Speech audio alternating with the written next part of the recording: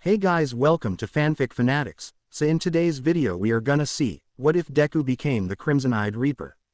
Movie. Before starting, make sure to hit that like button and subscribe if you are interested in MHA fanfictions. This story is The Vengeful One by Hexcss. Now without wasting any more time, let's dive in. It was a dark night in the streets of Musudafu, much darker than usual. Only a few heroes were around. In the night the criminals took to the streets to do their activities, but in the night is also where he likes to roam around. Tensai Ukut, a notorious gang boss, runs through the alleys of the city. He is trying to escape something, or someone. He can hear at the distance the shotguns of his lax being fired. He hears screams of agony and then silence. He keeps running. He feels a presence behind. A chill runs through his spine. He turns around. He is sweating. He looks all over the place. He sees no one. He looks up then just to see two red eyes looking down on him. He runs as fast as he possibly can. He enters abandoned buildings, turns through many alleys, tries to get lost in a crowd of people, but still TJE feeling of being constantly observed doesn't go away.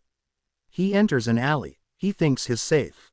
He then hears heavy footsteps coming his way. He turns around. A black figure stands there. Those red eyes that resemble the fire of hell looking through him into his soul. He runs, is the only thing he can do. He knows he can't hide. His hope is that this being will give up at one point, but it was impossible. You just can't outrun karma. Tensai kept running. He entered another alley, just to see it was a dead end. He turns around to see the black figure standing at the entrance of the alley. He steps back. He is trapped. Tensai. Why are you chasing me? Why? The figure kept advancing. You know why. Tensai. Please, there must be a way that we can solve him. I have money, I will give you all of it if you want. Just tell me what you want and I will give it to you. My judgment has been cast. Your fate has been written, AMD, it can't be erased. Tensai. Please, have mercy. There is no mercy. The figure then kicked him and Tensai fell to the ground. Tensai. Who even are you? THD figure took out a knife and looked down on him. I am the hand of God. I am the Dark Messiah. I am the Vengeful One. The dark figure moved through the streets of Musudafu. It had just finished killing Tensai Ukata. He left no trace for the police or the heroes to track. He made his way silently. He used to shadows to move silently and not caught the attention of anyone. The figure finally reached its destination, an abandoned warehouse in the outskirts of Musudafu. The figure entered and took out his cloak to reveal a green-haired teen. Izuku. What a productive night. He sat in the broken couch after taking off the rest of his costume. He then stood up after a few minutes. Izuku. Hungry. Izuku went off wandering in search of a store. Once he reached it, he entered it and bought a few chips and coke. Izuku. That gang boss had a lot of money on him. How lucky I am. Izuku went out of the store and headed back. As he went back, he passed through a street near where he had killed the gang boss. It was full with a crowd of people and police all around. Izuku. Well, they must have found him already. I better take a detour. He then wandered off into another part of the city, but then he got into a familiar street.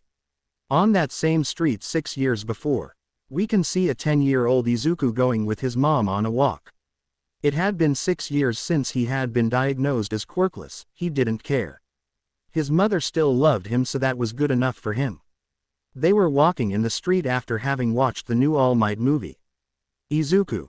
Mom, did you see him? He made pum pow and smash. And then everything went boom. It was so boo-ah. Inko. Yes darling.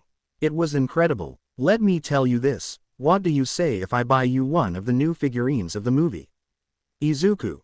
What, really? Inko. Yes son, really. Izuku. I love you mom. Inko. I love you too darling. Izuku was more aware of his condition of quirkless, and was more aware of the dangers of that career. He decided to give up on being a hero for the sake of his mother. He loved her too much to see her worried. He still liked heroes and thought he maybe could still apply for UA in the other departments instead of heroics. Bakugo still bullied him, but just not as much. As they were walking down the street, suddenly explosions could be heard all around the city. Izuku looked around and saw All Might fighting with some guy in a suit. All Might. I will get you this time. All for one. All Might yelled at the top of his lungs. Izuku. Look mom. All Might. And he is fighting. Inko. Yes, it's cool. But it is best for us to go away, we don't want to get involved in All Might's fight. Izuku. Okay. Inko and Izuku began to walk away. All for One and All Might clashed, releasing a massive shockwave, which made Inko and Izuku fell over. Suddenly All for One threw a boulder into All Might. He dodged, but the boulder fell on Inko's legs, trapping her. Inko. Izuku. Run. Izuku. Mom. Mom. I won't leave you. All Might threw a punch into All for One, which he also dodged, and the wind pressure reached Inko, obliterating her into pieces. Izuku was only able to watch how her mother died a painful death in front of her, her body parts raining over her. Suddenly a police officer reached where he was. Police. Kid, what are you doing here? Izuku could only point to the pile of flesh that was now his mother. Izuku. My mom. The policeman paled at the sight, he then gained his composure. Police. Come on, we have to get out of here. The policeman grabbed Izuku and ran away with him. Izuku watched slowly as the remains of his mother faded into the distance. At the police station, Izuku was seated on a chair. He watched the news with a serious expression as they announced All Might's victory against the mysterious villain. Detective Tsukauchi entered the room and talked with the secretary. Tsukauchi. So this is the kid. Secretary. Yes, his name is Izuku Midoriya, he is 10 years old and quirkless. His mother died on the battle and his father is far away. He also has no other known living relatives. We will have to send him into an orphanage. Tsukauchi. Poor thing. Tsukauchi then went to Izuku. Tsukauchi. Hey kid. Izuku looked up to Tsukauchi with lifeless eyes. Tsukauchi was disturbed by the image. Tsukauchi. Look kid, we will have to send you to an orphanage as there is no one with who you can stay with. Izuku widened his eyes. Izuku. No, no, I will not go there, I will not. Tsukauchi. Kid, calm down. Izuku jumped off his seat and kicked Tsukauchi in the balls. He then ran away from the police office. He ran as fast as his legs could go. He ran around the city not knowing where to go, just wanting to go away. He then reached an alley where he kneeled down crying. Suddenly a figure entered the alley and looked at the kid. Hey kid, what are you doing here? Izuku. I ran away from the police. A kid like you. Why? Izuku. I kicked an officer in the balls. Ouch. Okay. But why? Izuku. He wanted to throw me into an orphanage. What happened to your parents? Izuku. I don't know where my dad is, and my mother who lived with me died today during All Might's battle. Stupid All Might. Hey kid, what do you think about the heroes? Izuku. I hate them. Also the villains. They go around fighting with their quirks, killing and causing damage without a care in the world while we just have to suck it. The man smiled. Do you want vengeance? Izuku. Yes. He extended his arm. Then come with me, I can help you with that. Izuku. Really? Really? Izuku stood up and grabbed his hand. Izuku. What is your name, mister? I am Akagiro, but you can call me Stain. Izuku. Thanks Stain sensei. For the next 6 years, Izuku trained with Stain, becoming a master of swords, guns and other types of weapons, as well as martial arts.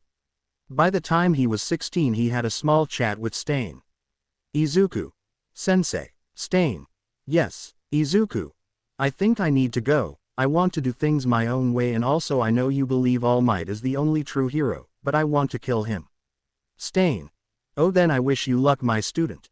Izuku from then on was independent. He found an abandoned warehouse which he made his base.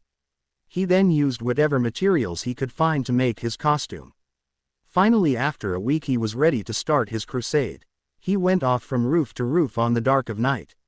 Soon he saw a villain versus hero fight. It was the hero Laserin against a guy who could turn his body into rocks. Laserin would summon lasers from his eyes at will. Izuku jumped down. Laserin and the villain turned to him. Laserin. A vigilante. Izuku. Worse than that. Izuku had learned how to change his voice. Laserin used his quirk to attack Izuku, but he used his sword and deflected it towards the villain. The laser pierced his shoulder. Laserin stopped using his quirk and Izuku charged at him using almost inhuman speed. He slashed his eyes, cutting them out. He stabbed him in the throat. Laserin was dead. He then took out a shotgun and pointed it at the villain. He shot the villain who had activated his quirk time and time again until the only thing left was a pile of rock dust. He then used Laserin's blood and drew a giant circle on the wall and wrote AV in the middle. And that night, the Vengeful One was born. In the police office, Tsukauchi was analyzing the photo of Tensai's corpse. Tensai had been skinned alive according to the reports, and the symbol written on the wall, a circle and V, had been drawn using his blood. The sight was disturbing to say the least. Naomasa then turned to the chief. Naomasa, this is the 10th assassination related to that symbol this week. Whoever is doing this sure is inspired. Chief, we will find him and bring justice to him, don't worry Naomasa. Naomasa, I hope so, although there is something weird about all of this. Chief, about a supposedly shadowy figure with devil eyes who runs wild on the night murdering people. Naomasa, well, you see, it seems as though he is not only killing any people. He targets specifically both heroes and villains. That is weird. What can possibly be his motives? It appears he also only uses weapons, so we don't know what his quirk may be. Chief, well, you will have enough time to ask him when we catch him. Naomasa just nodded and the chief went out of the room. Naomasa then went to observe the photos of all the other people who had been murdered in ways too gruesome to describe. Now, if we ever catch him. In the night time, the sound of the wheels of a motorcycle could be heard in the outskirts of Musudafu.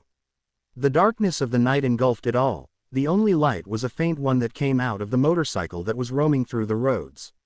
Its engines could be heard all around. Little did anyone who heard it knew, that was the sound of an incoming death. The motorcycle continued its way through the road. You could only see the devilish red eyes of the driver. It was approaching its destination. Soon it stopped in front of a mansion, surrounded by large metal fences that prevented people from entering the giant yard of the house. Izuku, sleep soundly right now. It will be your last time. The cloaked figure did a jump and landed quietly in the other side of the yard. He walked without making a sound and then managed to force the door open. He walked through the house like a shadow. He reached the second floor, and that is when the door of a room opened. Captain Celebrity. W, who's there? The shadow-like figure turned to look at Captain Celebrity with its red eyes. CC. W, who are you? I'm a pro hero.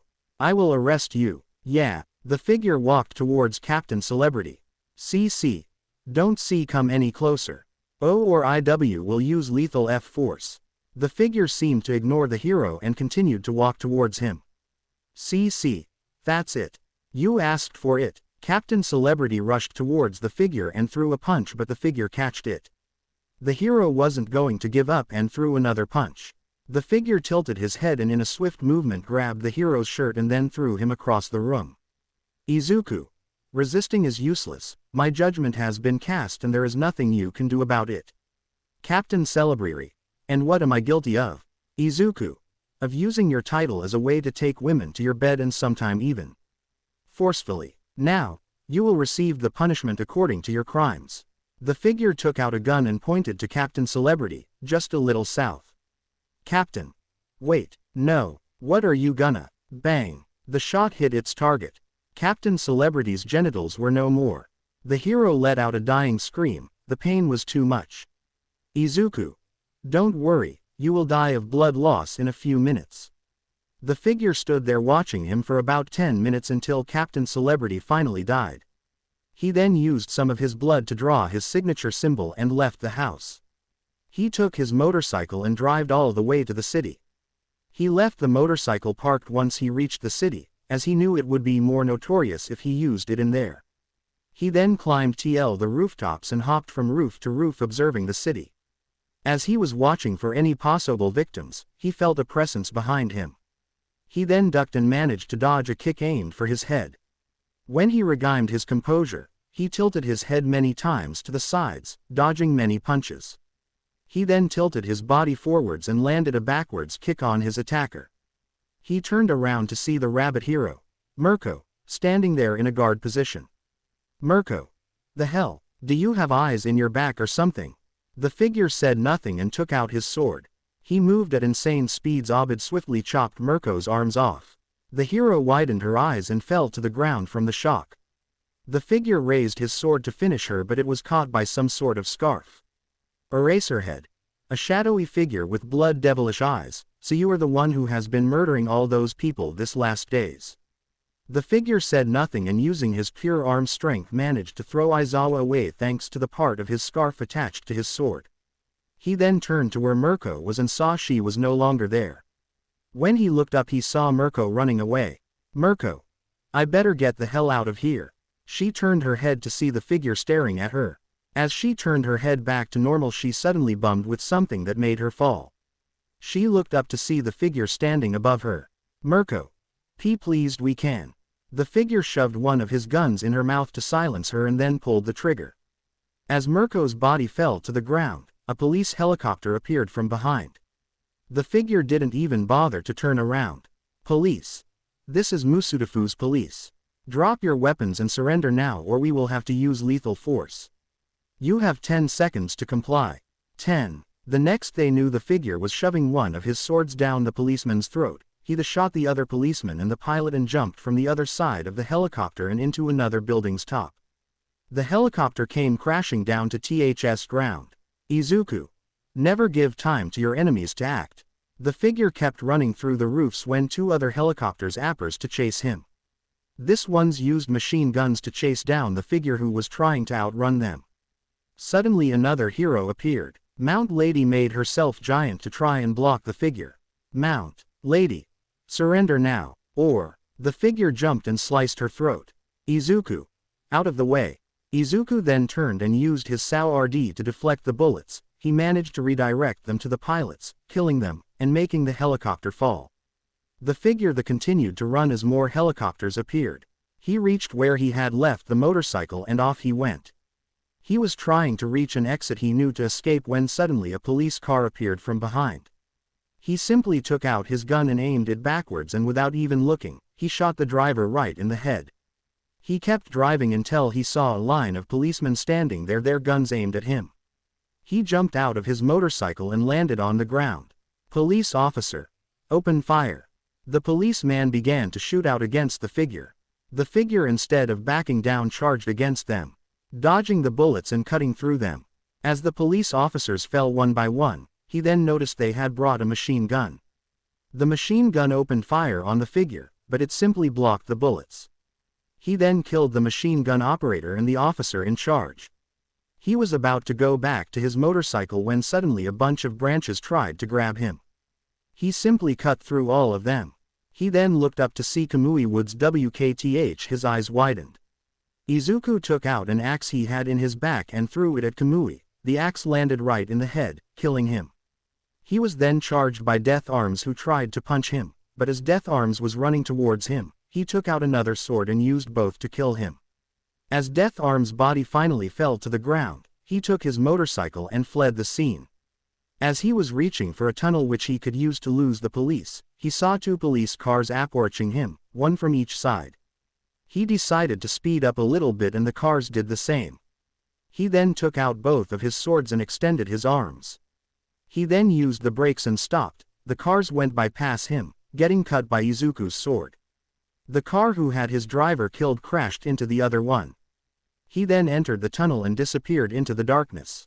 As the sun was finally rising, he would rest until he can continue his crusade the next time the darkness of the sky engulfs it all. There was a scandal all throughout Musudafu. The persecution of the serial killer referred to as vendetta was a total failure. Many people watched as the murderer killed the police and heroes like it was nothing. People were now afraid of coming out during the night. Now the darkness of the night would truly become the domain of Izuku, and now it was known what would happen to anyone who ever tried to challenge that domain. At the police station, Naomasa was sitting on his desk. He needed to find a way to bring the Kili to justice. The persecution had been an utter failure. They were now seen as incompetent by the citizens, and many began to doubt the police and the hero's ability to keep the same. Suddenly his door opened and a tall, skinny, blonde man came in. Now. Ah, Toshi, good to see you. Toshi. It's good to see you as well. Now. Take a sit, come on. Toshi. Thank you. Now. So what brings you here? Toshi. I heard the news about last night, though I wasn't so sure I believed them. Tell me, was it that bad? Naomasa now had a serious expression. He lowered his head a little. Now, more than 30 police officers were killed. We also lost 3 helicopters and 3 cars. On top of that, 4 heroes were killed and 1 was injured. Among those heroes was Mirko. Toshi. Mirko. She was a strong one. This person must have a powerful quirk to be able to beat her. Now, you see, as far as we are concerned, he hasn't used a quirk this entire time. This surprised Toshinori. Toshi. Really? Now, indeed, he has only used guns, swords and knives and other sorts of conventional weapons. Toshi. Well, he could have super speed or strength or reflexes. Now, not sure. Eraserhead was able to erase his quirk during a brief period of time, and yet he still managed to throw him with an almost superhuman strength into another building. It makes me think his abilities are natural rather than quirk-related. Toshi. Well, that is impressive, but don't worry, I will make sure to save some time to be able to help you in the night. Now. Thanks, Toshi. By the way, how is that Sixazor thing going?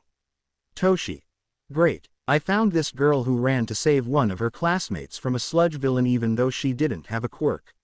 I considered Gier worthy enough and I have been training her since.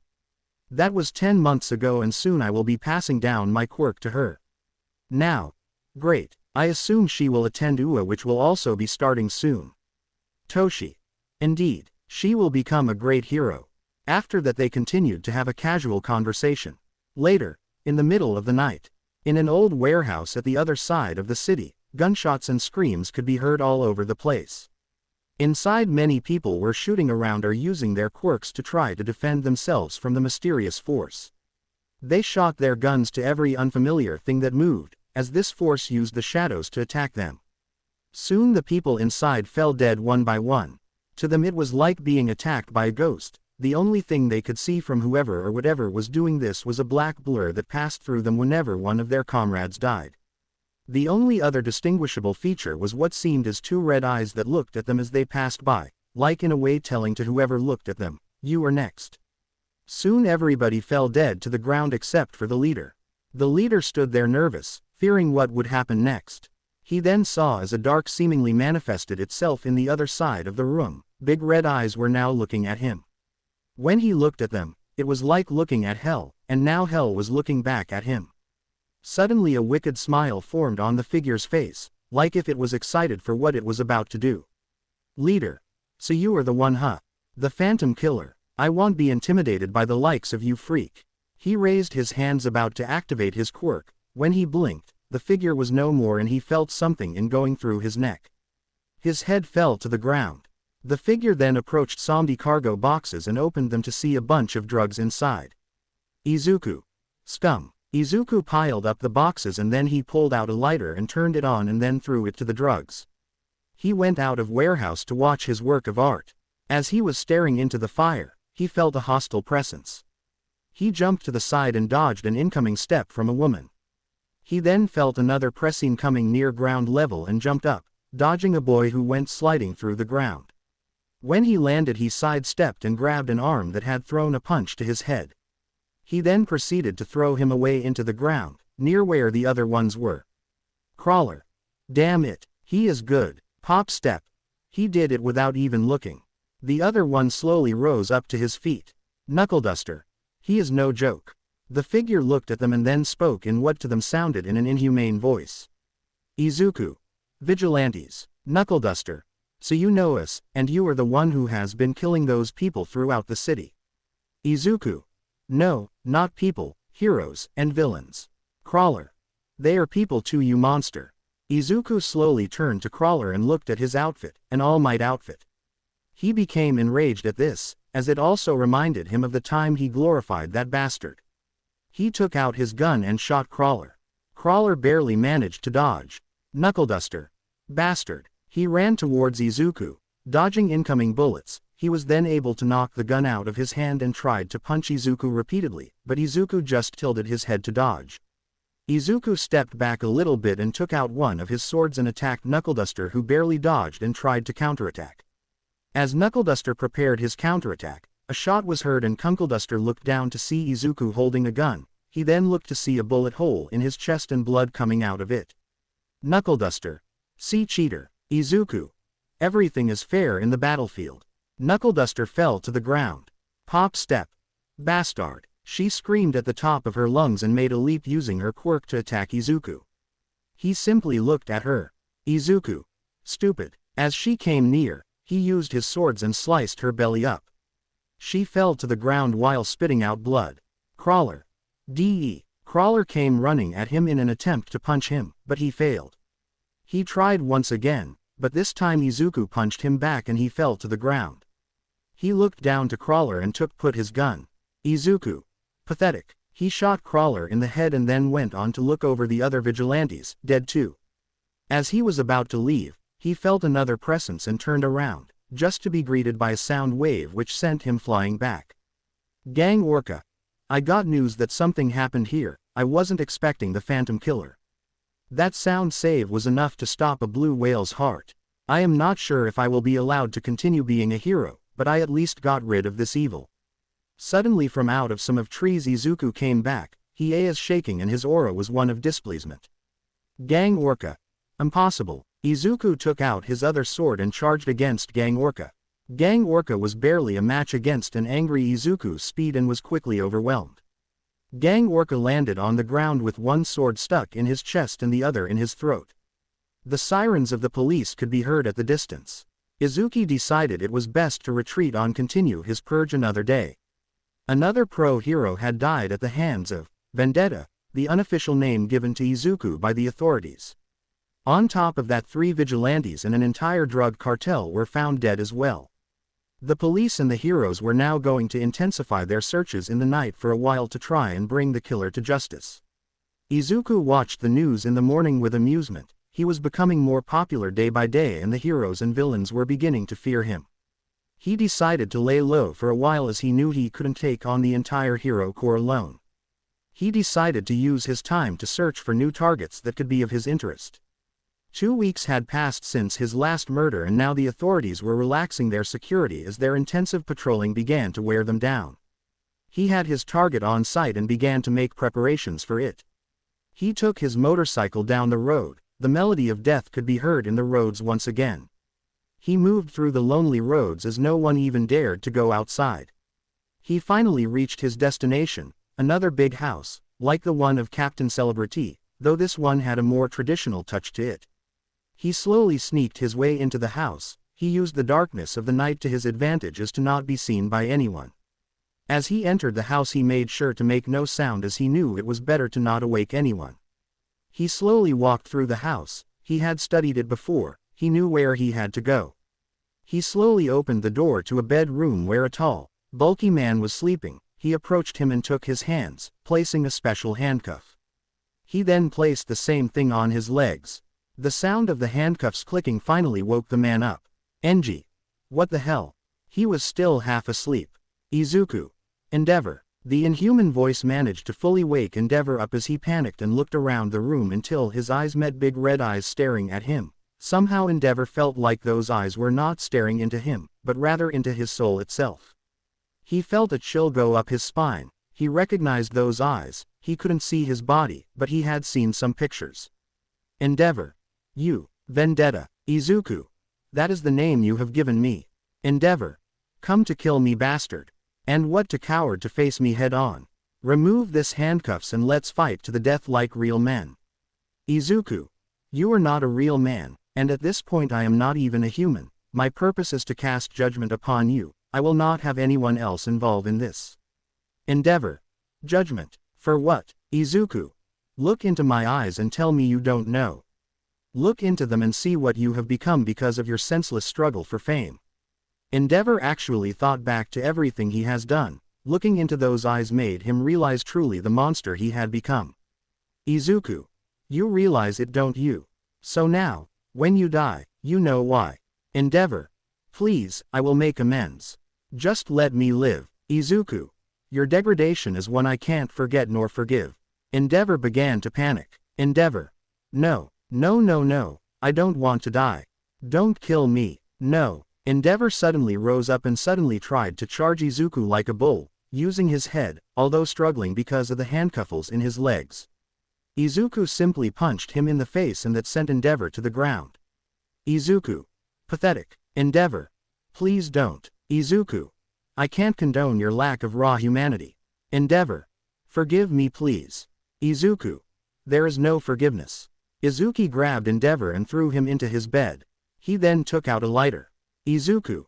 You will die a poetic death. Your outsides are resistant to flames, but what about your insides? He then took out a pocket knife and placed a handkerchief in Endeavor's mouth. He lifted Endeavor's shirt and proceeded to make a deep cut in his abdomen. He then made the wound more open using his own hands. Endeavor was trying to scream throughout the whole thing, but the handkerchief was preventing him. He could only grip it harder with his teeth as tears of pain ran down his cheeks. When the wound was big enough, Izuku turned on the lighter and introduced it inside Endeavor. Endeavor could feel the heat of the flames burning his insides, all while he could only do nothing. Izuku. Get a costume. This is what you will feel when you reach the fiery pits of hell. The flames started to consume Endeavor from the inside out.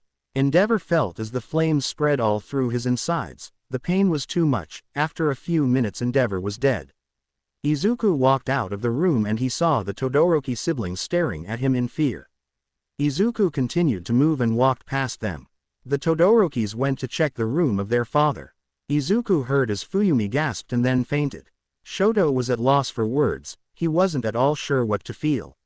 Meanwhile he heard a light, "Thank you," coming from Natsuo's mouth. He went out of the house and hopped in his motorcycle. He looked as the sun was rising and he stared into the sky. Izuku. Feel safe for now, for judgment falls when the night does. With that referral to his future victims, he sped away from there. The judgment will continue another night. Izuku was angry. He had just been able to retrieve information about a Yakuza group which had just recently entered the drug market, and aside from that what he had discovered also was not pretty. He had been all day long preparing. He checked his ammunitions and sharpened his swords. This was going to be one hell of a battle, but he is determined to purge this scum of humanity out of this world. He was in the middle of the night. It was his personal domain. He knew how to move through it better than anyone. He was able to quietly reach the main base of the Shihasaikai, the organization he was tracking down. He climbed up the walls and landed on the garden of the house. He saw many members standing guard. He used the shadows to his advantage and moved through it. Slowly he approached the guards and sliced their throats in a swift movement that they didn't even had time to scream. One by one they all fell dead to the ground. As he approached the door, a giant man walked through it. Izuku hid in the shadows and the man began to look around. Rikia. Huh, who is out there? Show yourself. At that moment Izuku moved in blinding speeds and jumped high to chop Rikia's head off. Rikia managed to shout a little scream before dying. Izuku put his sword away and entered the house. He was then greeted by many other Yakuzas staring at him. He simply grinned at them. Izuku. Let's play. Although they were shook by his appearance and voice, the Yakuzas still charged at him. Needless to say they didn't stand a chance. After Izuku finished his massacre, he continued to move on through the house. This time he shot anyone who attacked him in the face. Izuku. No need for stealth. He had gathered enough information about the place and knew where the hidden entrance was. As he opened the door, more Yakuza came out, and he simply shot them all dead. He entered down to the basement when suddenly the walls started morphing around him. Izuku. Mimic. He looked around the walls, paying close attention until he found a small hole big enough for an eye to see, and for a bullet to enter. He aimed his gun and shot. Suddenly the walls stopped morphing and from out of the wall came a man with a bullet hole in his head. He kept his advance steady, paying close attention to everything around him, not wanting any surprises. He then was able to see 3 people at the distance. Toya. Well, if it ain't the mysterious phantom killer. Tabe. Let me eat him. You. Your massacre ends here. Toya. You mostly fight using weapons, right? Well, that's no use against a quirk such a mine. I am your due. Suddenly Toya stopped speaking, as Izuku had moved quickly against him and had snapped his neck. Izuku. You speak too much. Tabe. Eat. Tabe launched himself against Izuku. Izuku took out a grenade and threw it into Tabe's mouth. Tabe then swallowed it and suddenly he exploded into many pieces. Izuku. Eat that. You will die for that. Yu used his quirk and charged, trying to punch Izuku many times, but he simply dodged. Izuku then prepared a metal protection for his knuckles and then punched you straight in the face. He sent you flying away. Izuku then landed on you with a hard stomp in his stomach. This made you scream, and when that happened, he shoved a bullet into Yu's skull. He kept going. He was determined to find Overhaul and kill him in the most gruesome way he could imagine. As he kept going forward, he found himself in front of two people. He recognized them and immediately charged against the smaller and chopped off his head as fast as he could. The other one turned around and saw his companion dead and then looked at Izuku. Rappa. Hey, you killed him so fast. This was the battle I was hoping for. Every sense in me is telling me I may die. This is what I want more than anything. Let's go, killer. He then moved against Izuku, throwing many punches at him, which he was able to dodge. Rappa kept sending punch after punch. He then stepped back away from Izuku. Izuku. Giving up. Rappa. Not on your life. That was the warm-up. I am just getting started. He then went again, though this time faster. Izuku was still able to dodge. Izuku. Too slow. He then jumped away. Rappa. And what is it with you now? Izuku. Look down. Rappa looked down just to see his hands were gone, and he also had a giant slash across his chest. Rappa. Ha ha ha. Awesome. Rappa then fell to the ground dead. As he then continued to move, he was then encountered by two other people. Izuku. Getting tired of this. Shin. You will not go any further. I will not let you reach the boss. Diodoro. Let's see if you can handle this. Diodoro used his quirk on Izuku, but Izuku just stood there. Diodoro. How does it feel having the world spin around you, huh? Shin. Now before we kill you. Shin took out a sword. Shin. Who are you? He activated his quirk, but Izuku said nothing. Shin. Too dizzy to even talk, huh? Pathetic. He then aimed and shot at Izuku. Izuku dodged the incoming bullet and then charged at Shin. He sliced his hand off. Shin fell to the ground shaking. Meanwhile, Diodoro stood back impressed. Diodoro. How? My quirk is supposed to make you as dizzy as if you had drank 10 vodka bottles. Izuku. Those are rookie numbers. Izuku then attacked Diodoro and sliced his throat off. He then turned to Shin. Shin. If you weren't dizzy, then why my quirk didn't work? Izuku. Your quirk works better with weak-minded people. Tell me, do I look weak-minded to you? He then aimed and shot Shin so the bullet would go straight across his mouth. He then continued to move. He then saw two people at the distance. He quietly approached them. He recognized them to be Overhaul and Chronostasis. He also saw Chronostasis carrying what seems is a little child. He slowly approached then and then he shot Chronostasis in the leg. He then moved fast and snatched Eri away from him, while at the same time chopping his head off with his sword. He then turned to see Overhaul was about to attack him by touching him, so he used his sword and sliced Overhaul's hand away. Overhaul stood back and regenerated his hand. Overhaul. So you are the one they call Vendetta. Izuku placed Eri on the ground and turned to her. Izuku. Hide, you don't want to be in this. Although Eri was scared of Izuku's appearance and voice, she did as she was told and left to find a place to hide. Izuku. It's time for your judgment, Overhaul. Izuku took out his sword and Overhaul removed his gloves entirely. Overhaul putted his hand on the go-round and created a bunch of pillars which he threw at Izuku, who was able to slice through them with his swords. He then was able to approach Overhaul. AMD managed to cut his shoulders, causing him damage. Izuku was about to kill him when he notices Overhaul was about to touch him. He stepped back. Overhaul touched the gun and sent a bunch of debris to him. Izuku charged him and tried to kill him. Overhaul managed to defend himself, but Izuku kept the pressure. As Izuku was about to land, Overhaul stepped back and tried sending pillars and spikes at Izuku, but he managed to pass through them. Izuku approached Overhaul and read stabbing him many times with one of his swords. As Overhaul was about to touch Izuku, Overhaul got his hands chopped off, as he had completely forgotten Izuku's other sword. Izuku then placed his swords in Overhaul's neck and sliced him. The battle was over. Izuku then felt Eri's presence and turned to look at her. Eri. Is it over? Izuku simply nodded. Eri. Thank you. Why you saved me. You are my hero. Izuku. Don't thank me, child, and I am not a hero. Eri. Still you saved me. Izuku. But I am not a good person. Eri. I think you are. just in your own way. Izuku felt weird. This was the first time he had been told that. Izuku extended his hand. Izuku. Come. Eri grabbed his hand. Eri. Where are we going? Izuku. To a place where you may have a chance to be happy. Eri. Are you taking me in with you? Izuki. No, that is too dangerous, but I assure you you won't suffer anymore. A few weeks had passed since Izuku dismantled the Shihasaikai. Izuku had laid low for a while. He had been saving his strength for his new movement. Shiketsu was one of the greatest hero schools in Japan, only second to Ua. Speaking of which, Izuku had received news that Ua had been attacked by a villain group called the League of Villains. He made a mental note to check on them later. He knew attacking them in the day all by himself was almost suicidal, as he would be overwhelmed by the students likely, but in the night, only the teachers remained for some hours. If the teachers died then Shiketsu would be disabled.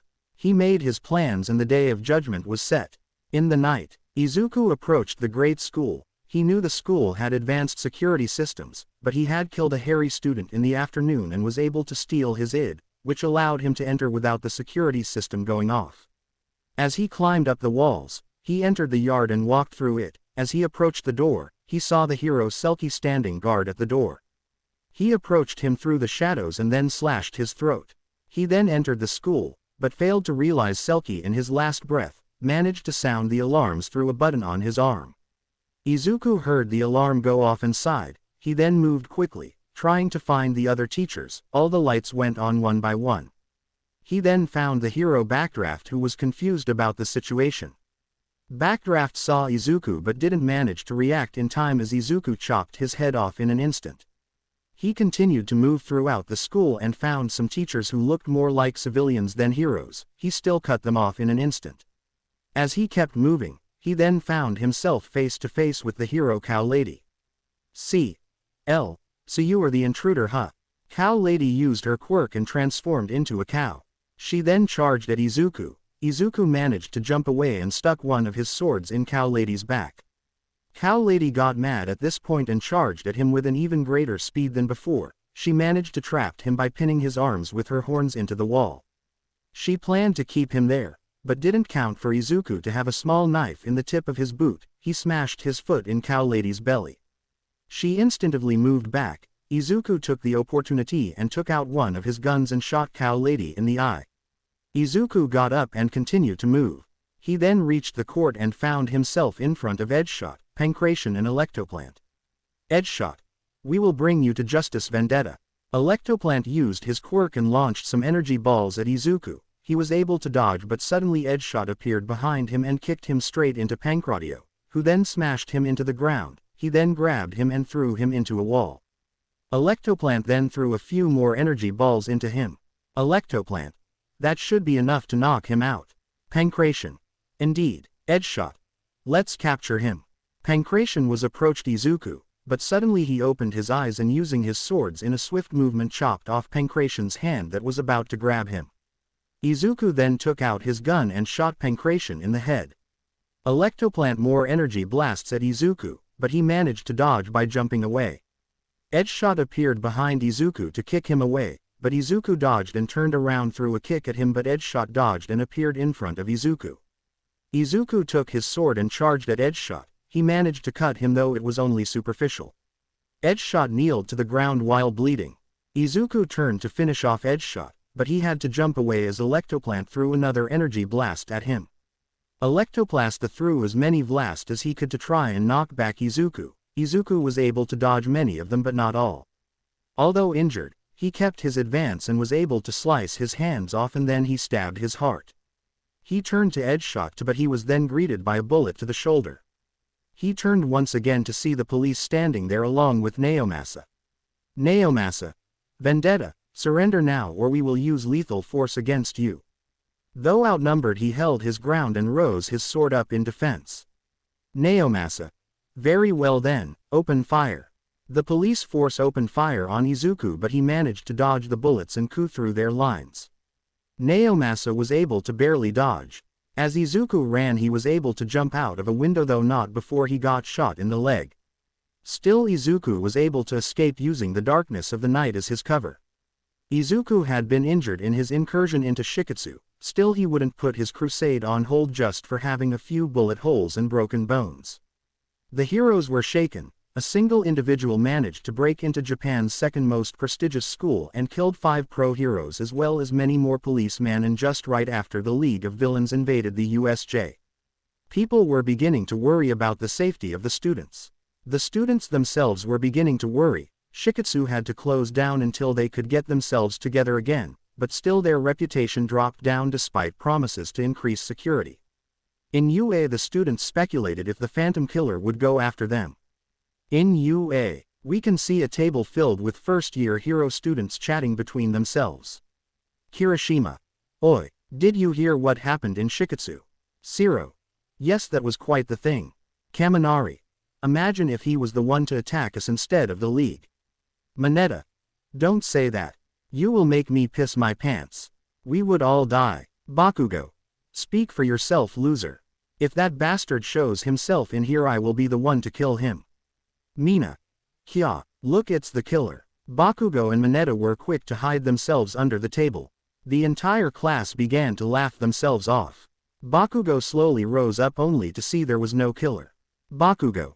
I will kill you all. Kirishima. Calm down, Bakugo. There is no shame in being afraid of a serial killer who has killed even a few pro heroes. Tenya.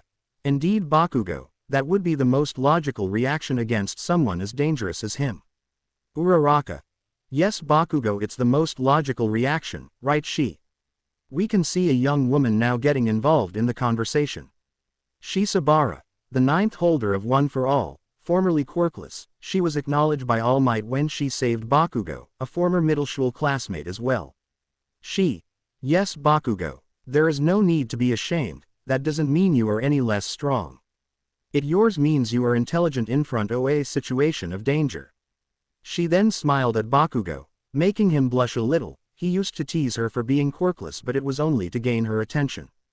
Momo. She is right, only someone stupid would actually go against him with no fear. Thanks, Momo. Hagakure. That costume of his is really scary. Tsuyu. He looks like a demon. Hiro. Fumikage. Such a dark being. Kirishima. You know, they say that if you see into his eyes you can see hell itself. Mineta. Stop talking about him. Shoji. I think they are exaggerating a little. Todoroki. Not that much actually. They all turned to Todoroki. What do you mean, Shoto? Tenya. Oh, Endeavor. The entire class had heard the news just a few days before the school year started about Endeavor's death. Todoroki is not as cold as in canon, as he felt some relief after Endeavor's death. Todoroki. When he stepped out of his room and I first saw him, I felt strange. An absolute sense of fear invaded me. I felt powerless in front of him. The entire class widened their eyes. Todoroki felt powerless. Todoroki. His aura. It was one of wrath and fury, one of vengeance and death. His eyes. It was like when you stared to the void long enough and it stares back at you. But this time it was like seeing death itself. His bright red eyes. The only way I can compare them would be to the flames of hell itself. I could stand there petrified as the being walked away like it was nothing. The class remained silent. Todoroki was even shaking a little bit and sweating from just remembering it. She suddenly grabbed his hand. I am sorry you had to go through that. I am also sorry we made you remember it. She then hugged Todoroki tightly. Todoroki could smell her perfume and felt her soft body. It relaxed him. Kirishima. Sorry, Todoroki. I didn't mean to trigger those memories. Bakugo. Get yourself together, half and half. Mina. Hagakure. Todo. We are sorry. Tenya. We didn't want to make you remember your encounter with that monster. We are sorry, Todoroki. She stopped hugging Todoroki and looked at him. Todoroki. Thanks. And I know you didn't mean it. Though this may sound weird, but I wouldn't really call him a monster. Kaminari. What do you mean? Todoroki. My father was a horrible man, and although I don't condone his killing, still, he did bad things. The news of Endeavor's abuse had been made news after his death.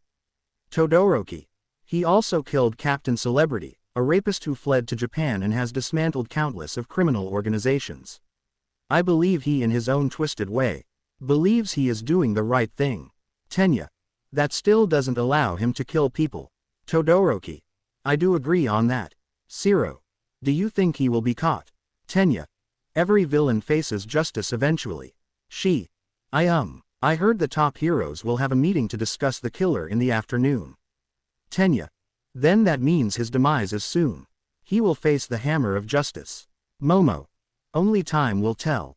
In the afternoon at the UA meeting room, many pro-heroes stood as Nezu guided the meeting.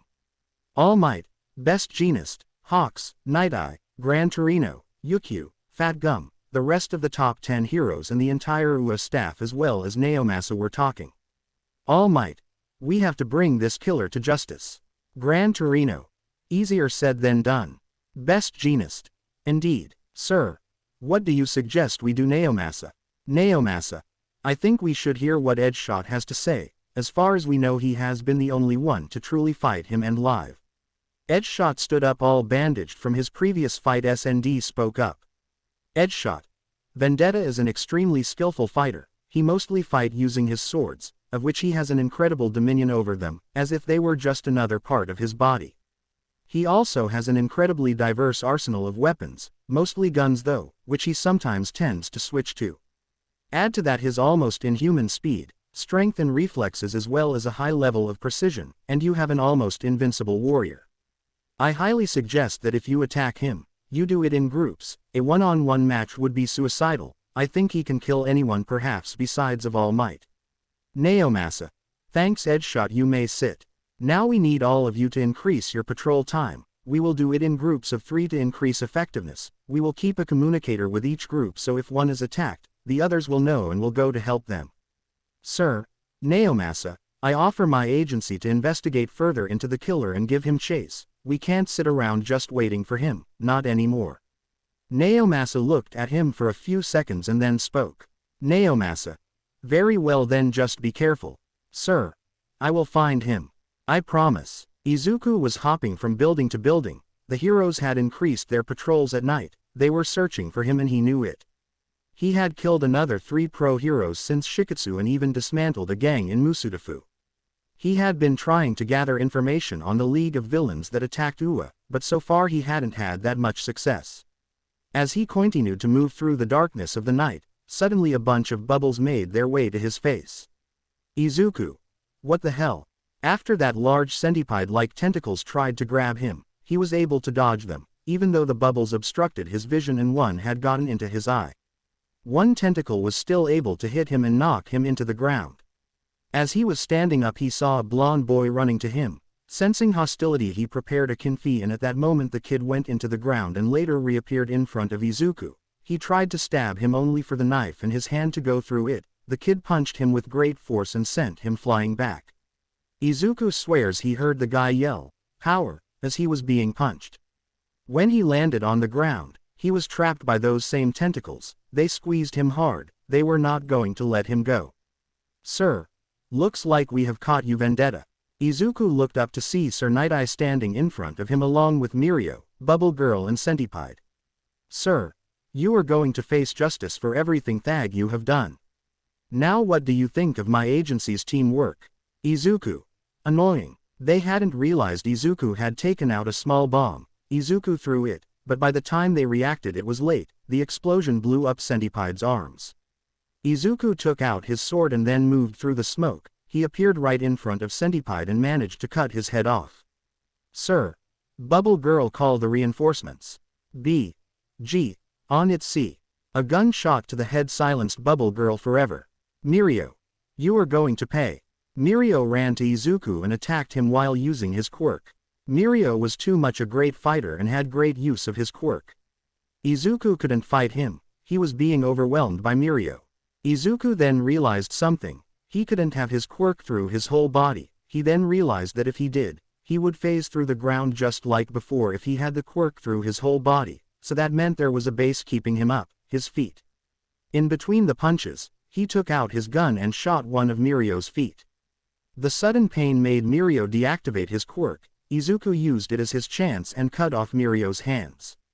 He would have ended his life there, but Sir then jumped into action and kicked Izuku away, making him drop his sword. Izuku still used his gun and tried to shoot Sir Night-Eye, but he was quick to dodge the bullets, and then as he approached him, Izuku tried to punch him, but Sir Night-Eye dodged fluently and kicked Izuku back, now making him drop his gun. Sir, I think that having seen so much futures has made me more capable of predicting the enemy. Izuku, you may predict me, but can you keep up with me? Izuku then attacked Sir and they engaged in a fierce battle where no one really had the upper hand. Their exchange of kicks and punches was stopped as Sir took out his special seals that added more force into his impacts, sending Izuku flying to the ground. Sir then tried to stamp on his head, but Izuku rolled away. Izuku took out a few shurikens which he threw at Sir, but he dodged as well. Izuku was beginning to get desperate. Sir was on another level. Izuku then threw his smoke bombs to the ground. Sir got blinded because of all the smoke, and here Izuku used his superior trained senses to his advantage. He took out his knife and managed to locate Sir Night-Eye. He approached him and stabbed him in the gut. Sir quickly kicked him away, and then Sir managed to get out of the smoke. Sir stood up. He would not be defeated just like that. Izuku ran at him with blinding speeds and used a feature in his gloves that turns them into small claws. He tried to claw Sir many times, but Ge dodged. Sir then grabbed Izuku's arm and threw him into ground hard. As Night-Eye approached him, small spikes came out of Izuku's boots and he tried to kick Sir Night-Eye in the chest, but he dodged. Izuku then jumped to his feet and out of his sleeves a blade came out and he tried to cut Sir. Sir ducked under him and made a sweep to Izuku's leg, sending him to the ground. He then landed an axe kick in the face of Izuku. Sir then felt something in his Achilles tendon. He stepped back and have troubled landing with one of his feet. He saw Izuku had stabbed him in there. Sir, how do you have so many weapons? Izuku. Plot convenience. Sir. What? Izuku. What? Izuku stood up quickly and managed to claw him in the eyes as Sir had trouble moving. He then extended his claws and inserted them in Sir's chest. He then pulled out, taking his heart out as well. Sir fell to the ground and died shortly afterwards. Watching all of that was Mirio, who laid helplessly in the ground. Mirio. Sir. Sir. Sir. Don't die, Sir. I still need to learn more from you. Seer. Izuku slowly approached Mirio and stood above him. He had managed to retrieve one of his katanas. Izuku. Any last words? I am here. All Might then used a smash and sent Izuku crashing into a building. All Might then looked at the scene and saw the dead body of Sir Night-Eye. All Might. Night-Eye. No. All Might then charged to where Izuku had landed but saw he was not there anymore. Izuku had escaped and was walking down an alley. Izuku. Such power. Damn it. I am not in top shape. He will obliterate me. I will not let that happen. Not until my vengeance is fulfilled. All Might. Next time you will die by my hands and all for one. I am coming for you. Izuku had decided to rest after his fight with Sir Night-Eye. His broken bones would not allow him to fight in his fullest capacity. He had to wait for a little more than a month to get back to action, and what a perfect timing. He heard on the news about how the League of Villains was attacking Hosu, so he wouldn't let the opportunity slip from his hands.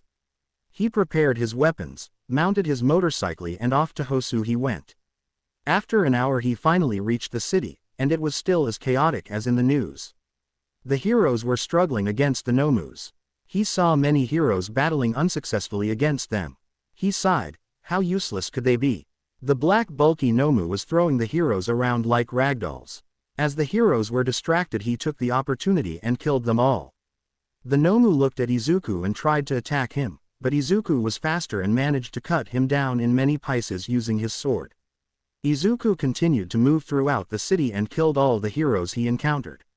He then found another Nomu, which again was no big deal as he simply chopped off his head when he saw him. Izuku continued to hop around the city until he found a bunch of heroes standing in circle. He hopped to a nearby building to watch what was happening from above. He then saw that the heroes had captured Stain. He saw the different heroes present and recognized also 3 UA students, Tenya Iida, brother of Ingenium, Shoto Todoroki, son of Endeavor, and Shisabara, winner of the UA Sports Festival, though they all seemed injured.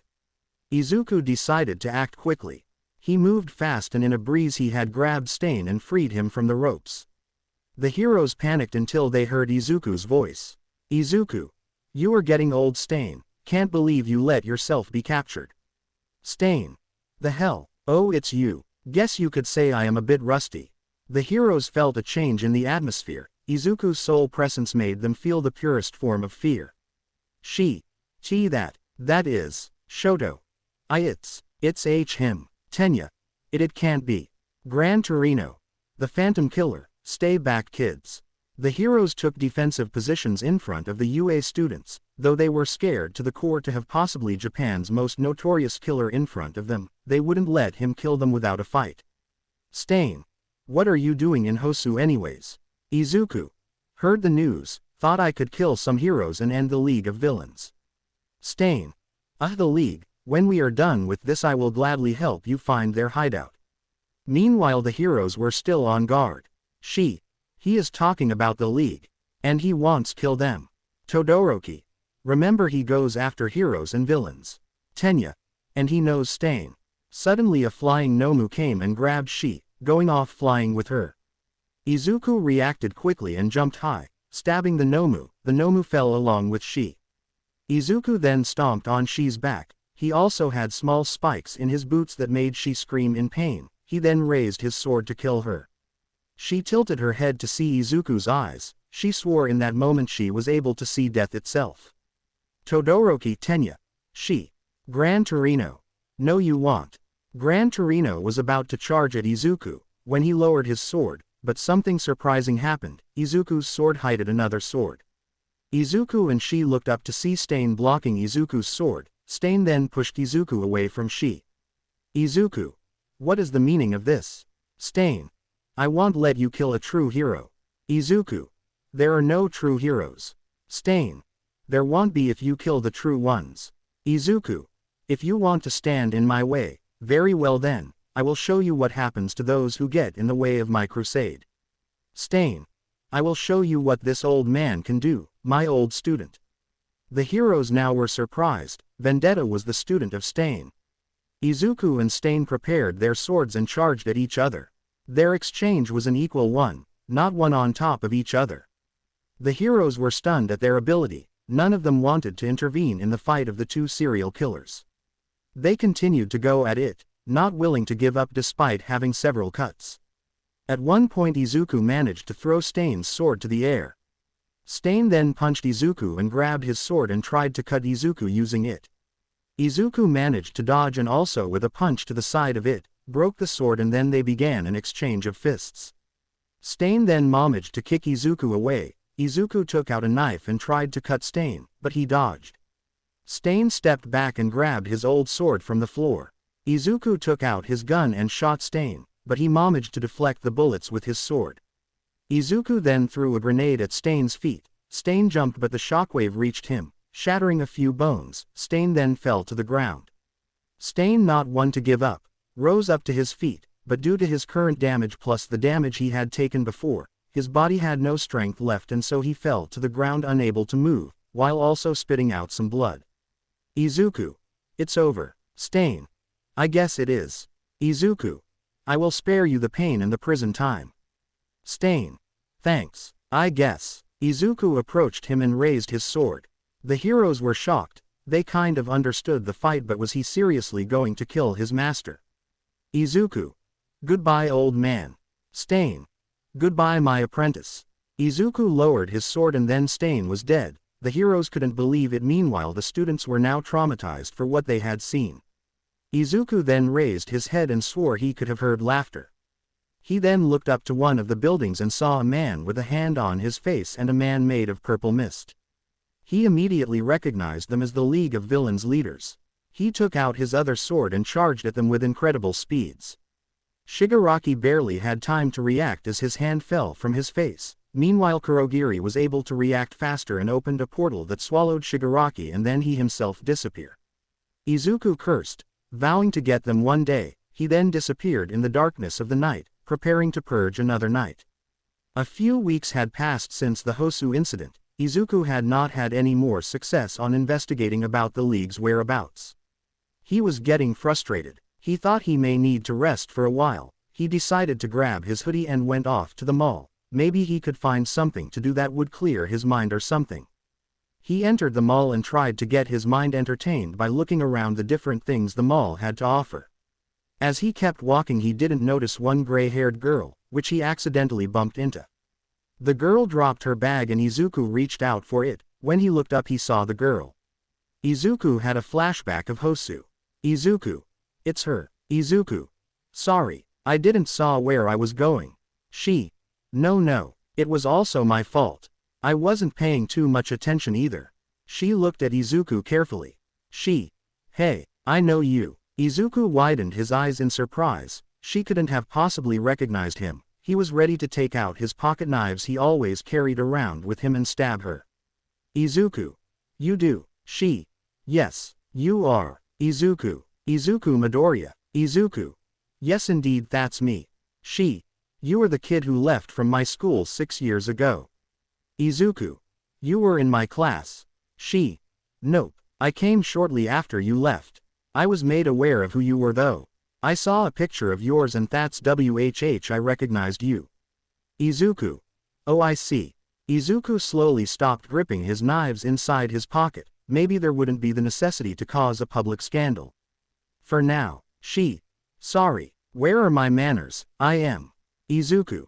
She Sabara. Now it was time for she to be impressed. She. How do you? Izuku. You won the sports festival, didn't you? She. Oh yes, silly me. I forgot that event was televised throughout the whole nation, so embarrassing. She turned a bit red from the embarrassment. Izuku. You should be embraced, you know, that is a great opportunity to be known. Izuku didn't like talking to a hero in training that much, but he thought maybe he could relax a little, and not be the Phantom Killer Vendetta for a while. Izuku. Yees, they have made my name so long. Something as the Vengeful One would be better. She. Say, you think we could talk a little while? My friends are all in different parts of the mall and I am all alone. Izuku looked at her for a while.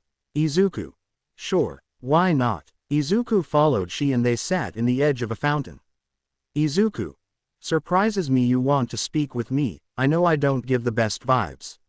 She chuckled. She. Appearances are not everything, you should never judge a book by its cover. Izuku. Even if that cover looks like straight out of a crack house. She laughed at that. She. Yes. Izuku. Well, I suppose since you are a hero in training it doesn't matter, you could beat the crap out of anyone, am I right? She. Guess you could say that. She giggled. Izuku. But you should still be careful, you don't know if you may find someone dangerous, you know. She. I know, don't worry, I will be careful. Yees, you sound like my mom. She laughed at her statement. Meanwhile Izuku felt like someone had pierced his heart. Izuku. Are really? She. Yes, she is always telling me to be careful and is worried sick about me. Izuku had a hint of sadness in his eyes, it reminded him of his mom. Izuku. Well, it's only natural, especially with someone like that Phantom Killer roaming around. You may encounter him, you know. She lowered her head. Izuku. Don't tell me. She. Yes, I was in Hosu. Izuku. Oh. Silence invaded them until Izuku spoke again. Izuku. What happened? Would talking about it help? She remained silent until she spoke again. She.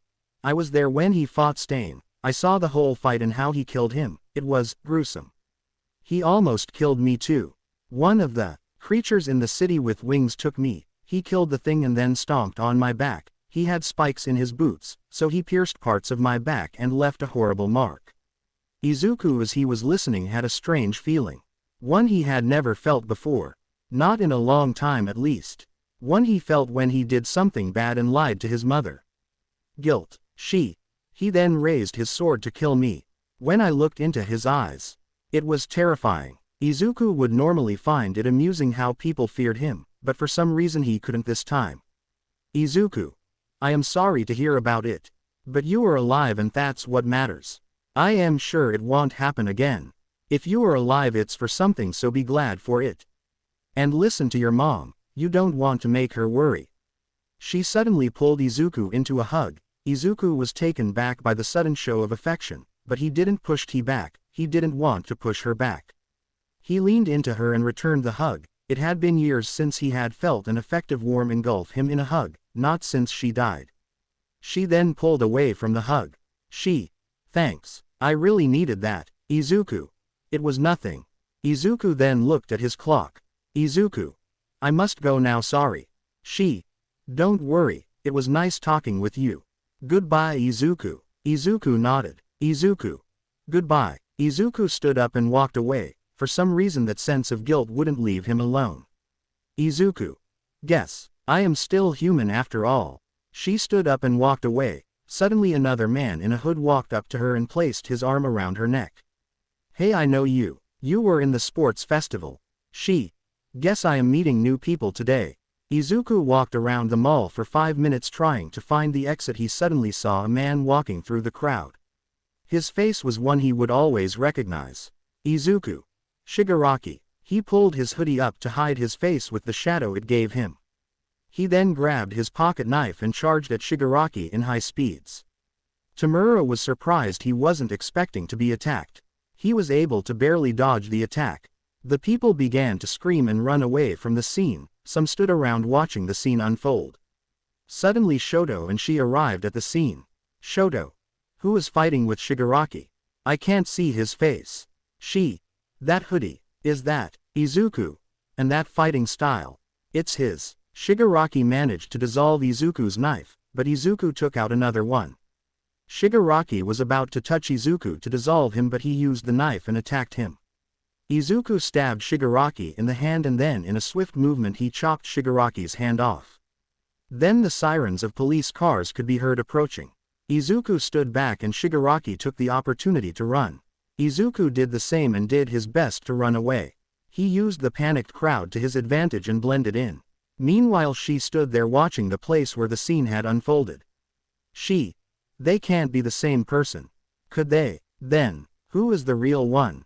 The police investigated the entire mall, but they were not able to find neither Izuku nor Shigaraki.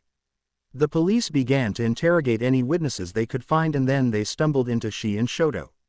She was still shocked about the idea of Izuku being vendetta, so Shoto explained how she encountered Shigaraki and what they saw with the fight. The police took Shi to the police at the request of Naomasa. An hour later she was sitting in Naomasa's office and suddenly the door opened and the detective came in. Now. Sorry for being late. I had a few paperworks to do. Don't worry, detective, I understand. Now. Very well, so let's talk about what happened. She lowered her head a little bit. I had just finished talking with this boy and then Shigaraki came to me. He menaced to kill me and he said he wanted to talk to me. Naomasa. Okay then, continue. He asked me why Stain and Vendetta were more popular than him and of course I talked to him about what I believed were the reasons. He seemed satisfied enough with my answer and he then tried to kill me. Naomasa. That is when Shoto appeared. That seemed to scare Shigaraki away and he went saying we should follow him. The next thing I knew was that he was involved in a fight. Naomasa. Very well, and tell me, do you have any idea who was the one fighting Shigaraki? Maybe a friend of yours. She lowered her head again. I think I have an idea. Naomasa. Really? Who? Remember the boy I mentioned I talked to before Shigaraki found me? Naomasa. Yeah, I think it was him. He was wearing the same hoodie, and I also believe he is Vendetta. Naomasa. What makes you think so? I saw Vendetta fight up closely. And their fighting styles were both pretty similar. Naomasa. And what were you talking about with this boy? Casual conversation. We accidentally bumped into each other and started talking from there for a while until he left. It was nothing weird, although he kept talking about how I should be careful with who I talked to. Naomasa. A bit suspicious, though a bit weird for a serial killer. I thought the same, but the clues are just there. When I talked to him about my encounter with Vendetta and how he hurt me, he actually said, I am sorry to hear that, which would be normal, but it came out with a touch of guilt, which I didn't pay too much attention to at the moment. Naomasa. And tell me, did this boy have a name? Yes, it was Izuku Midoriya.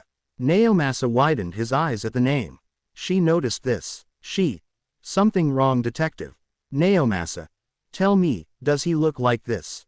Naomasa then pulled out a photo of a 10-year-old Izuku. Yes, though now he looks like life has been kicking for a while. Why do you have a photo of him, detective? Naomasa. He is part of a case that has been haunting me for 6 years. 6 years ago he went missing after he ran away from the station. He freaked out when we told him he would be in an orphanage. Why would you send him there? Naomasa. Has All Might told you about All for One? Yes. Naomasa. Well, Izuku lost his mom during All Might's fight with All for One. Oh no. She covered her mouth. Naomasa. Ever since he ran away, there hasn't been any news about him. He disappeared almost like a phantom. Naomasa. Yes, I heard Stain and Vendetta talk. Apparently Stain was the master and he treated Vendetta like a child. Naomasa. 5 years ago Stain was reported to have been seen with a partner, although this partner disappeared when Vendetta appeared. A year of training. Naomasa. And the rest is experience. How sad. And to me he looked like a nice boy. Naomasa. I believe in his mind, he thinks he is doing what is right. He resented All Might and All for One, the greatest hero and villain respectively. Wouldn't surprise that resentment extended to the lower ranks. Resentment gives place to anger, and anger to hate. And hate combined with resentment gives place to vengeance. He is probably trying to avenge not only his mother but also anyone who has died in a hero-villain battle. At least he is not a senseless murderer. Naomasa. Still, he must be brought to justice, and he will pay for his crimes. If that is all, you may go. Thanks, detective. She stood up and left the office. Naomasa then turned to look at the photo of young Izuku. Naomasa. Poor boy, what has life done to you? Izuku was on a hurry. After so many months of searching, he had finally found the hideout of the League of Villains. He had heard the news of the League's attack on an UA training camp. He was speeding on his motorcycle as fast as he could to reach his target. At this point he didn't care about how there were lots of people in the streets and how he was being chased down by police cars. He simply left a few grenades and the cars exploded. There was nothing that would stop him. He would bring the carnage to that wicked organization. He had also discovered about All for One and how he was the true leader behind the League. All of this information he gathered it from Jiren after some persuasion. Flashback. We see a naked Jiren hanging from a rope from his arms and legs in an abandoned warehouse. Under him in the floor there was a spike. His rectum was in such a way that it was aligned with the spike. Jiren. Please. I don't know where they are. They contact me. Izuku. I am tired of your lies. Izuku was holding the rope that kept Jiren above of the spike. Jiren. I assure you I don't know. Izuku.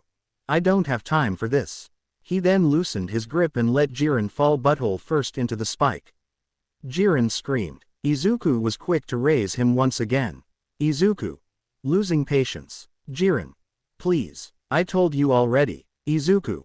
Lies. He dropped of Jiren again, though this time he didn't pull him up as quick. He then raised him again. Jiren. Okay. You win. Izuku. Speak. Jiren. They are in the X building of the X Street in Kamino Ward. Izuku. Anything more? Jiren. They are led by this powerful villain named All for One. Izuku. And where is he? Jiren. He is a few roads down in the abandoned warehouse of X Street. Izuku. Thanks for your services. Jiren. So will you let me go now? Izuku. I will let you go straight into hell. He then dropped Jiren completely into the spike, letting him die in it. Flashback ends. In the giant screens of the buildings the UA was giving a conference about what happened during the invasion in an attempt to save their reputation. Izuku didn't pay much attention to them though. He continued to speed down the road until he saw it, his destination. He parked his motorcycle and walked to the door. When he arrived to the door, he prepared his gun and knocked on the door a few times. He heard movement in the other side and finally he heard footsteps coming to the door. As the door opened he shot his gun. The body of Twice fell to the ground with bullet hole in the forehead. The other members of the League were startled by this sudden event. Izuku then opened the door completely. He took out 2 of his knives and charged directly at Kurogiri. Kurogiri barely had any time to react to Izuku's attack. In less the second Izuku's red eyes were in front of Kurogiri's. The next thing to happen was that Izuku stabbed Kurogiri in his physical body. Kurogiri's body fell lifeless to the ground. As Izuku prepared, he had to jump away as blue flames engulfed everything. Izuku managed to avoid the fire, but he was then pinned into the ground by Magna using her weapon. Izuku didn't hesitate and took out another knife and threw at Magna. Magna moved but the knife still landed on her left shoulder. Izuku then kicked Magna away from him and stood up only to barely dodge a sword aiming at his neck. He ducked under it and looked up to see Spinner was attacking him. He then looked down and saw Toga charging at him using her knife. Izuku couldn't dodge but he used his forearm as a shield for the knife. He then jumped backwards and removed the kinfi from his forearm. Izuku tried to reach out for another sword only to see Shigaraki and Mr. Compress charging at him at full speed. He dodged Shigaraki by an inch and then he grabbed Shigaraki's arm and twisted it, directing it towards Mr. Compress who was about to attack him. Mr. Compress failed to stop in time and Shigaraki's hand touched his chest. Mr. Compress slowly began to decay and soon he was dead. What remained of his body fell to the ground. Izuku, still holding to Shigaraki's arm, raised him and then slammed him into the ground. Izuku took out his sword and was about to slice his neck, but his sword met with Spinners who pushed him back. Izuku then had to dodge Dabi's flames again, who was being restricted by the small space. He then had to dodge Toga's attack as she tried to stab him thrice. In Toga's last attack, Izuku grabbed her arm AMD wrist, he then twisted Jir wrist and grabbed her knife. Not letting go of Toga's arm, he then stabbed her with the same knife in the stomach. Toga clutched in pain. Izuku then took out the knife, raised his hand and stabbed Toga on the back. Using his elbow he pressed the knife deeper into Toga's back and also dragged her down to meet with his knee as he kneed her on her stomach injury. Toga vomited a huge amount of blood. Izuku then pushed Toga away and her body rolled through the ground. Spinner then attacked Izuku using his blade. Izuku took out his sword as well. Izuku and Spinner met each other, their swords clashed. Spinner, you will pay for killing Stain. Spinner and Izuku began to swing their swords around, attacking from left to right to left, from up to down and down to up, also they blocked as much as they attacked. In the end Spinner was no match for someone like Izuku. Izuku in a swift movement, he chopped off Spinner's hand and he then stabbed him in the chest. Izuku then had to avoid Magna, but this time, he stepped to the side and chopped Magna in half. As her body fell split in two to the ground, Izuku stabbed Magna in the head to finish her off. Izuku then jumped away to avoid Dabi's flames. Dabi managed to keep Izuku at bay using his flames. Even the bullets Izuku shot were completely burned to ashes in seconds. The whole building was also burning up at this point. Izuku then threw a knife at Dabi. He burned it using his flames, but Izuku took the advantage and from the side he shot Dabi's arm. Dabi stopped using his quirk and then Izuku shot him again in the head, finishing him off. Izuku then turned to see Shigaraki was charging at him. Izuku dodged the incoming attacks. Shigaraki was still a little stunned from Izuku's previous attack. Izuku then swiftly took out his sword and cutted Shigaraki's remaining hand. Shigaraki then stumbled back and fell to the ground. Izuku stepped in front of him. Izuku, you have escaped me for far too long, but in the end you can't outrun death. Destiny always arrives and now it's here, or should I say, I am here. Shigaraki. Phantom Killer. No. No no no. I will not be killed. I will not. I was supposed to bring down this society and be the new leader. Not be killed by a freak in a Halloween costume. You cheater. This is not what was supposed to happen. Izuku Swiflty chopped off Shigaraki's head to stop his rambling. Izuku then turned to the last person in the room. In a chair, trembling in fear and in shock due to the scene that had just happened before his eyes, laid Bakugo. Izuku then slowly approached him. Bakugo tried to muster as much courage as he could. Bakugo. Stay back you freak. Don't come any closer or I'll kill you. Izuku. Izuku said nothing as he slowly approached Bakugo. As Izuku got closer, Bakugo stared into those red eyes, that just as people said, they were like a portal to seeing hell itself. Bakugo. W who or why you? Izuku. Someone who you used to know, someone who you used to belittle, someone who you deemed as inferior, or have you forgotten about me, Kachan? Bakugo widened his eyes at the mention of the nickname. Izuku then slowly took off his coat and revealed his face. Izuku. After all, I was always the useless Deku, wasn't I? Kachan. Bakugo. Deku, so this is what you have been doing for the last 6 years. Izuku. Bakugo. You wanted to be a hero more than anything and now look at you. You were just a cold-blooded murderer. Izuku. Kachan. Wake up. There are no heroes. This is not a comic book. There are only people who abuse their power for their benefit, who think of themselves as greater than anyone else. Just look at you. You are the living proof. Bakugo. And that is how you justify your murder. What would Auntie Inko say if she knew this? The next thing Bakugo felt was a thin metal piece going through his mouth. Izuku had made an horizontal cut through his mouth. Bakugo began spitting out blood. Izuku then punched him in Bakugo and the chair fell to the ground. Izuku. Don't you dare say her name. Izuku then put his coat back again and took out his sword, aiming it at Bakugo's neck. Izuku. I won't even give you the right to utter any last words. Izuku then swifty chopped Bakugo's head off. Izuku then quickly left the burned building. He grabbed his motorcycle and left. Izuku. Only one target remains.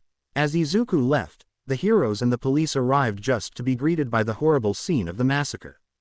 Just watching it made many heroes want to puke right there, while even some policemen did. They then found the body of Bakugo. All Might was livid. He would not forgive whoever did this. Suddenly all the bodies were engulfed in a black liquid and they disappeared. As Izuku kept moving, he had seen a giant explosion take place and accelerated his motorcycle. In the sight of the explosion, All for One was floating in the middle of the debris when the black goo portals opened and out came the dead bodies of the League of Villains and Bakugo. All for One. What the? How did this happen? Who would to it? Suddenly the sound of a motorcycle approaching could be heard. This alerted All for One. Suddenly an empty motorcycle came rushing straight into All for One. All for One simply punched it away, but he failed to realize how behind it a shadowy figure came in and was about to stab him. All for One moved a little but the figure still stabbed his shoulder and pinned him down to the ground. All for One activated his shockwave quirk but before he could use it, the figure jumped back. All for One stood back up and saw who he had in front. All for One. Phantom Killer, Vendetta. Izuku. Your judgment day has come, All for One. All for One. I think I will postpone the day, my dear killer. I have no intention of dying tonight. Izuku. Too bad. Izuku took out both of his swords. All for One. Tell me, why did you kill my heir? Izuku. I will destroy everything related to you. Tonight I will end it all. You and All Might will die. All for One. Ha. And what makes you think I will let you kill me? You will be the one to end up in a grave tonight. Izuku. If that is my destiny then so be it, but I will drag you to hell with me. All for One. That's the spirit. Let's fight to our deaths, vendetta. Meanwhile, as the conversation between the two was happening behind a wall, we can see 5 UA students. Their faces had the greatest expression of fear they could muster, some were even about to puke. The auras of the two monsters standing just a few meters away were enough to send shivers down to their very soul. Being in the presence of these two beings made them remember just how big and dark the world truly is and also how they are just not ready enough for it. Momo and she were holding back the urge to puke, Todoroki and Tenya were petrified and Kirishima was holding back his breath. Through their minds played time and time again the scene of their horrible deaths if they were ever to be found. This is All for One, All Might. Vendetta. He is also here. And Bakugo. He is dead. The image of Bakugo's corpse coming out of the portal would haunt her for the rest of her life. She took one hand to her mouth and the other was clutching her chest. She just couldn't believe what was happening. Suddenly the sound of a blast broke her out of her trance. In the battlefield we can see Izuku dodging an air blast coming from All for One. Izuku jumped and landed on the other side. All for One tried again but this time Izuku jumped over the blast and landed close to All for One. He tried to cut him down using his swords but All for One was faster and dodged the two incoming cuts. All for One then released a blast in Izuku and sent him flying back. All for One then used forced quirk activation to try and trap Izuku using his tentacle-like fingers. Izuku simply cut through them. Izuku then put one of his swords away and took out a gun. 3 shots he led against All for One and the 3 he dodged. Izuku then putted the gun away and took the other sword and went charging against All for One. Izuku didn't expect for All for One to come charging at him. All for One then elbowed Izuku, sending him flying back with a few broken bones. Izuku then rolled and dodged an incoming punch from All for One. Izuku took out a knife and managed to stab All for One in the leg. Then using his sword, he slashed against All for One. All for One wasn't quick enough to dodge, so he was still slashed in the abdomen, though only superficially. As All for One was stepping back, Izuku then threw a grenade at him. The grenade exploded in All for One and sent him crashing back. Izuku then jumped to where All for One was and was about to slash him, but All for One used an air blast, but to the surprise of All for One, Izuku spinned in mid-air and dodged the blast. He then landed and was about to kill All for One, but suddenly the both heard a scream. All Might. Veen Dieta. Suddenly All Might arrived and punched Izuku in the face and sent him crashing back. When All Might landed, All for One used an air blast on All Might and sent him back. All for One then stood up. All for One. I have to thank you for getting me out of that situation, All Might. All Might. Don't mock me, All for One. I will bring you to justice for once and for all, and I will make sure that Killer faces the consequences of his actions. Izuku. You will be the one paying the consequences. From behind the wall with the students. They didn't recognize the new voice. But she did. That voice. No, I didn't want it to be true. Back in the battlefield, All Might and All for One turned to see Izuku coming out of the rubble. His mask fell off, so now they could see his face. The punch of All Might had left a visible mark on Izuku's face. The mark in his cheek was really noticeable. His nose was bleeding as well as his ear, and one of his eyes was even blind now from that punch. All Might. Kid, no way. All for One. Oh, so you are really a kid. Ha ha ha ha, how amusing. I can't believe this is the one who has been terrorizing us. Ha ha ha ha. All for One stopped laughing as he then felt a strong killing intent from Izuku. All Might was disturbed that this aura was coming from a teen. Izuku. You will both pay. You believe yourself as gods, don't you? You both think you can do whatever you want while stomping on other people's lives, right? This will all end here. I will make you pay for everything you have done. The judgment has begun. Izuku then was quick to charge against them using his swords. He was quick to stab All Might in his weak spot, making him vomit blood. He then charged against All for One and threw another grenade at him, sending him back. All Might then returned and tried to punch Izuku, but he ducked under it and stabbed All Might in the arm. He then slashed All Might in the abdomen. He took out his sword out of All Might's arm and pierced All Might's weak spot with both of his swords. All Might vomited more blood and was even beginning to deflate. All for One then tried to sneak attack Izuku from behind, but he felt his presence. Izuku ducked under a punch and then turned and raised himself in both of his swords. All for One tried stepping back, but Izuku still cut a bit through his shoulders. Izuku then stabbed All for One in his abdomen. All for One flinched from the sudden pain. Izuku then ducked under a punch of All Might from behind. All Might's punch ended up landing in All for One's face, destroying his mask and sending him back flying. Izuku then used his swords and stabbed All Might in the leg. All Might fell down in pain to the floor, half powered and half skinny. Izuku turned and stood above All Might.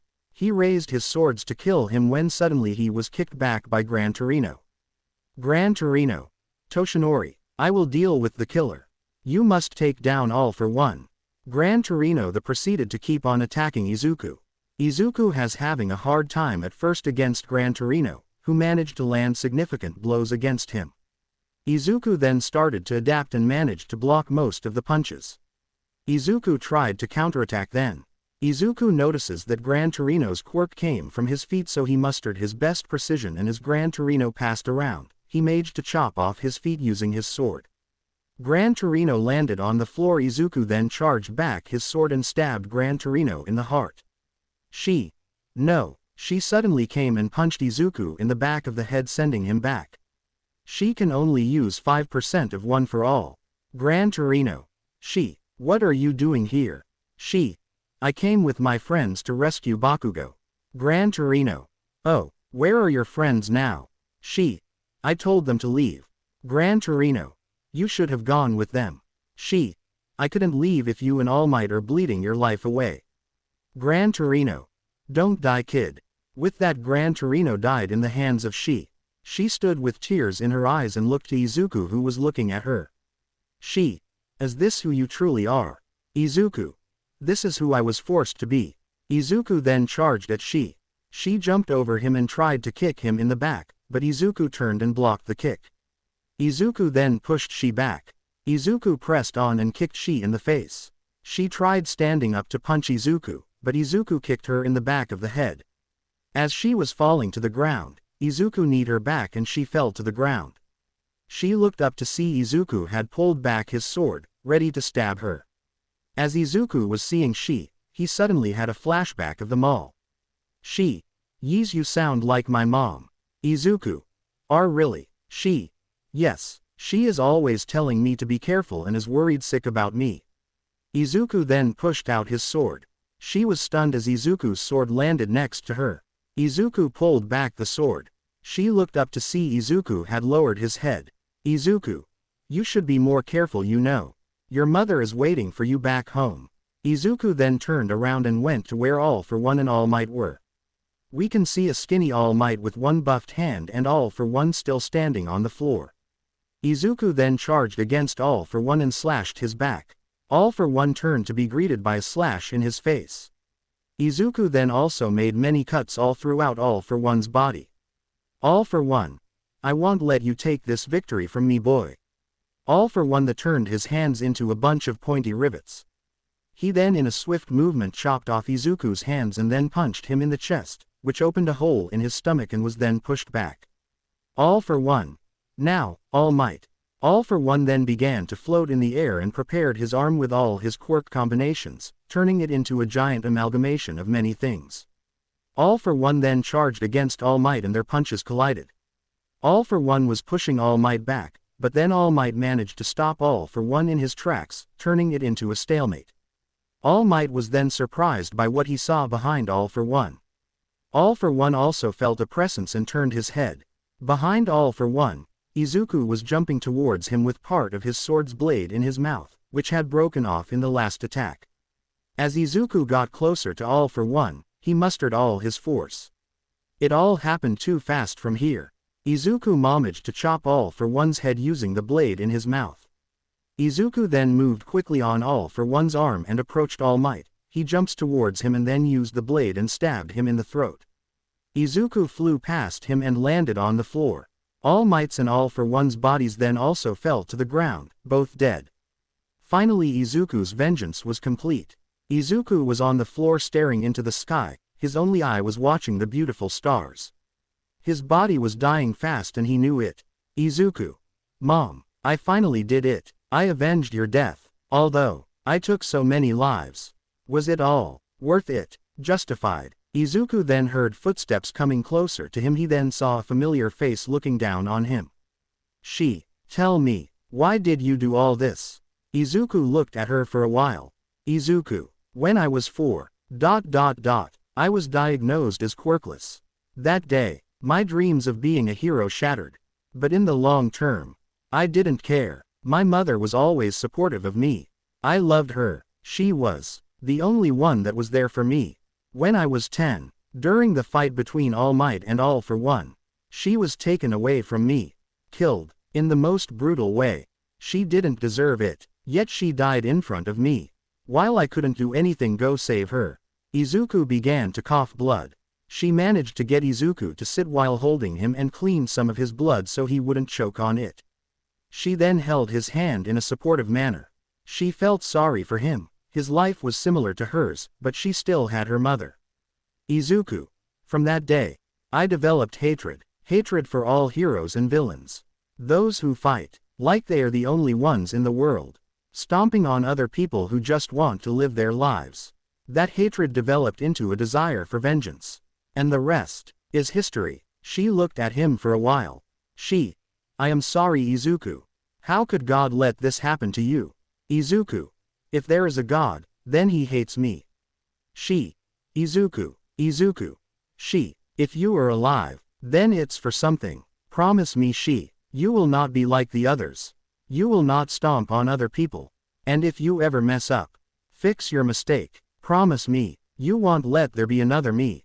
You won't let there be another vengeful one. She. I promise you Izuku. I won't let what happened to you happen to anyone else. Izuku. Thanks. It looks like the nightmare is finally over. Now I can't help but wonder. Will I be able to dream? With those last words Izuku died in Shi's arms. In a seemingly white void, we can see Izuku walking. Suddenly an all too familiar figure appears in front of him. Izuku. Mom. Mom. Is that you? Inko. Yes son, it's me. Izuku suddenly goes running and hugs his mother tightly. Inko does the same. Tears begin to roll down from both of their eyes. Izuku just can't hold it back, he breaks down crying in his mother's arms. Those arms that gave him such warmth that he hadn't felt in years. It was finally back. Izuku pulled himself back together a little. Izuku. Mom, I did it. I avenged your death. But I killed so many people. I will go to hell. I will not be able to go where you are. Suddenly flames start appearing in the floor and slowly start spreading everywhere. Inko. Oh my son. It doesn't matter where you go. I will go with you. We will never be separated again. Never again. Izuku broke down crying in his mother's arms once again. The flames which had engulfed the void started engulfing them as well. Inko. Never again. The flames engulfed their bodies which burned away, but their souls remained bounded by their desire to be with one another and their love, the true love between mother and son. With this finally, his vengeful soul managed to find peace. The end. I hope you guys enjoyed this video. Please make sure to like and subscribe to the channel, and now we will see you in the next video.